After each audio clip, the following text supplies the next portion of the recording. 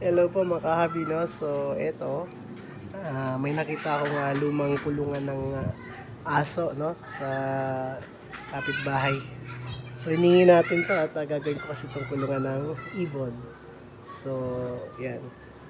Yun na po, no? Nung nagawa ko na siya. Pintura at kaunting ayos-ayos. Before and after po yan. Sobrang kalawangin pa po yan dati. So, ang alagaan ko pong ibon na nabili ko sa aking kaibigan ay ang yan, cocktail. So, banded pair na po ito. At talagang ready for breed na rin sila. First time nila mag-mating sila, first time nila yun. So, okay naman at napakaganda. Ang cute-cute tingnan. So, cinnamon yan, cinnamon. At ito white face. Yung male.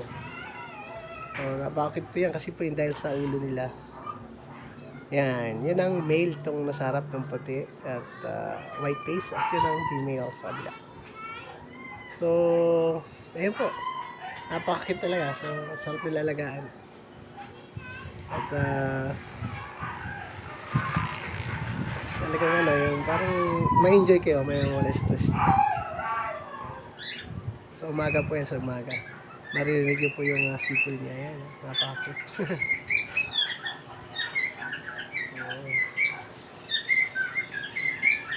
Kit po ng sipol niya. At talagang hindi masakit sa tainga.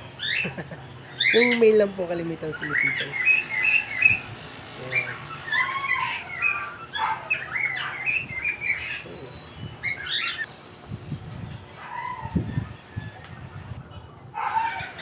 So, ayan, no? Minsan na pansin ko sila, nag-mate na sila. Ayan.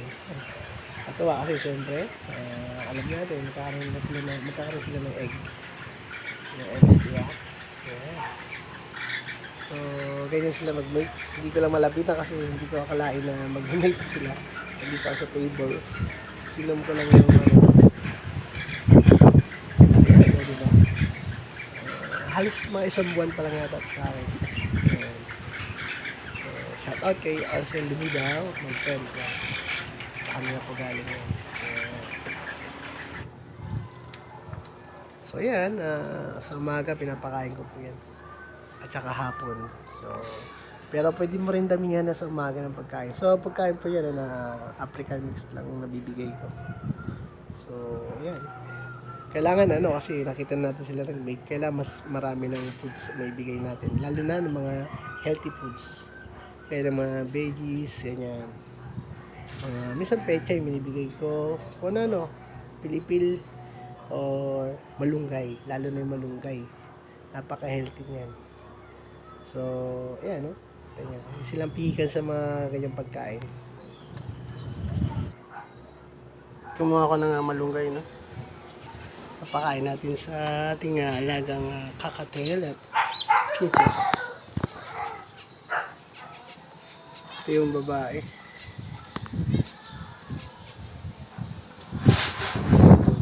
Gusto nila yan.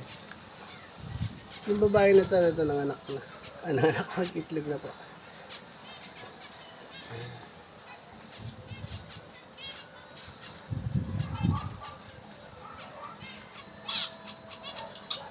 So yan, lagay natin doon.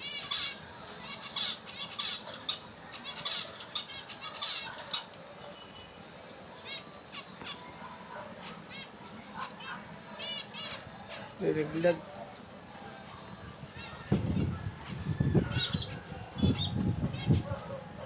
So yan, kailangan lakas. Minsan-minsan po, pakain natin sila ng mga gulay.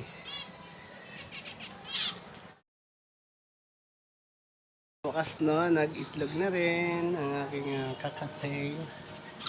Yan. Kita ng itlog. Ito yung male natin. So, check natin itlog, no? Minsan lang naman. Ito. Sa ginawa kong nest box. Got it.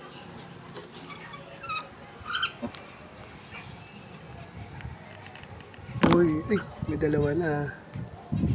Ayun, no? Okay, dalawa. Actually, 3 days. Nagagalit yung mail. Sorry. So, yan. Nagalit siya. Huwag daw buksan.